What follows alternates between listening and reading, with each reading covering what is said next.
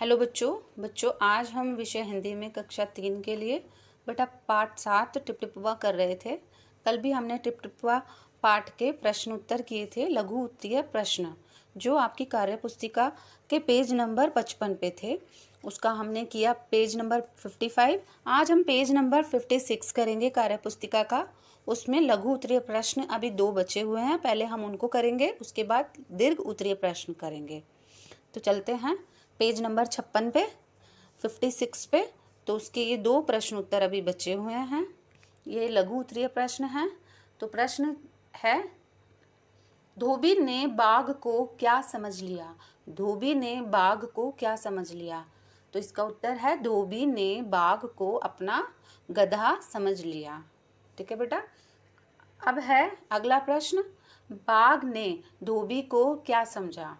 बाघ ने धोबी को क्या समझा। बाघ तो डर के मारे झाड़ियों के नीचे छुपा हुआ था, छिप के बैठा था। तो बाघ ने, जब धोबी ने उसकी पिटाई की बहुत अच्छे से, तो बाघ ने उसको क्या समझ लिया, टिपटिपवा। क्योंकि वो तो टिपटिपवा के डर से ही बाघ छिपा बैठा था, तो उसने धोबी को क्या समझा, टिपटिपवा।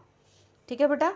तो ये हो गए आपके लघु उत्तरीय प्रश्न जो बचे हुए थे 56 पेज पे। अब करते हैं हम दीर्घ उत्तरीय प्रश्न पे पहुंचते हैं। तो उसका पहला प्रश्न है, बुढ़िया दादी क्यों घिची हुई थी। बुढ़िया दादी क्यों खिजी हुई थी। बुढ़िया दादी झोपड़ी में टपकते हुए पानी से, बारिश के पानी से खिंची हुई थी, क्योंकि वो बहुत परेशान थी उसी से। बुढ़िया दादी झोपड़ी में टपकते हुए पानी से, बारिश के पानी से खिंची हुई थी। ठीक है बेटा। तो आगे चलते हैं इसके दूसरे प्रश्न पर। इसका दूसरा प्रश्न है, दादी ने पोते को टिपटिपवा के बारे में क्या बताया।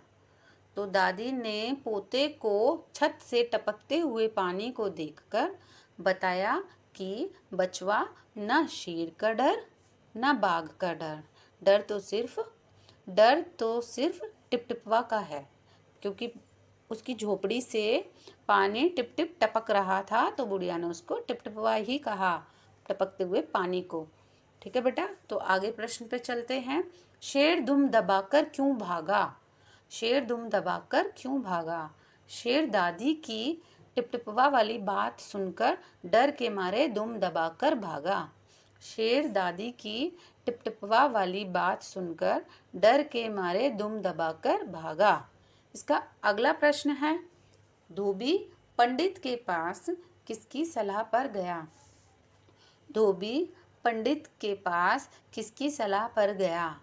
धोबी किसकी सलाह पर गया। धोबी पंडित जी के पास अपनी पत्नी की सलाह पर गया, क्योंकि उसकी पत्नी ने ही कहा था कि आप गधे के बारे में पंडित जी से पूछो। अगला प्रश्न है, पंडित जी क्यों झुंझला रहे थे। पंडित जी क्यों झुंझला रहे थे। तो इसका उत्तर है, पंडित जी इसलिए झुंझला रहे थे क्योंकि पंडित जी अपने घर पर जमा हुए बारिश के पानी को उलीचते उलीचते थक गए थे।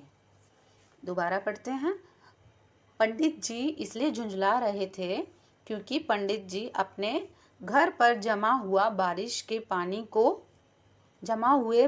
पानी को उलीचते उलीचते थक गए थे। उलीचते उलीचते ये 2 बार है, इसलिए 2 लिखा है। इस तरीके से भी लिखते हैं और 2 बार लिखते भी हैं। ठीक है, उलीचते उलीचते थक गए थे।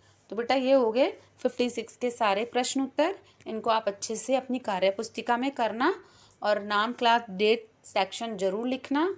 नाम लिखना मत भूला करो।